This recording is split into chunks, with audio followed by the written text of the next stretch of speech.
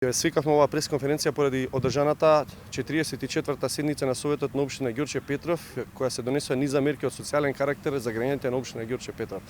Сакам да напоменам неколку од нив. По предлог на советничката група на ВМРО, ДПМН и коалицијата беше поднесен амандман до градоначалникот на општина Ѓорче Петров, господин Сокол Митровски, кој беше недвосмислено прифатен и ставен во буџетот на општина Ѓорче Петров, кој беше реализиран на вчерашната седница на Советот на општина Ѓорче Петров. Имено станува збор за ставка во буџетот на општина Ѓорче Петров за еднократна парична помош за секој новородено дете што ќе се роди во општината Ѓорче Петров. Сакам да напоменам дека оваа советничка група на ВМРО, ДПМН и коалицијата за прв пат од постоење на општината како локална самоуправа се носи една ваква голема социјална мерка. Исто така сакам да напоменам на вчерашната седница под предлог на Советот на општина Ѓорче Петров, поточно ВМРО, ДПМН и коалицијата на ВМРО ДПМН се поднесе предлог одлука за донесување еднократна парична помош за сите социјално ранлива категорија или социјално ранливи лица во општината Ѓорче Петров кои ги има во регистарот на општината.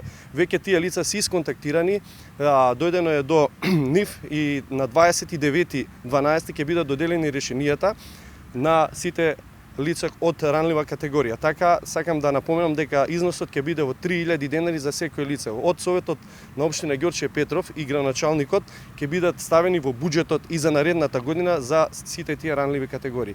Исто така, сакам да напоменам, во буџетот на општина Ѓорче Петров ќе се прават големи капитални проекти, како улици, како новата општинска зграда, како канализација и водовод во наредната текот на 2016 година. Исто така, голема мерка што е предвидена за младите категорија во општината Ѓорче Петров, на вчерашната седница стана збор за градење на повеќе наменски мултифункционални вежбални, така наречени улични вежбални за младите лица во општина Ѓорче Петров. Сето тоа ќе протекне во 2016 година. Исто така сакам да напоменам, општината Ѓорче Петров во наредната 2016 година слави 100 години од своето постоење како населено место.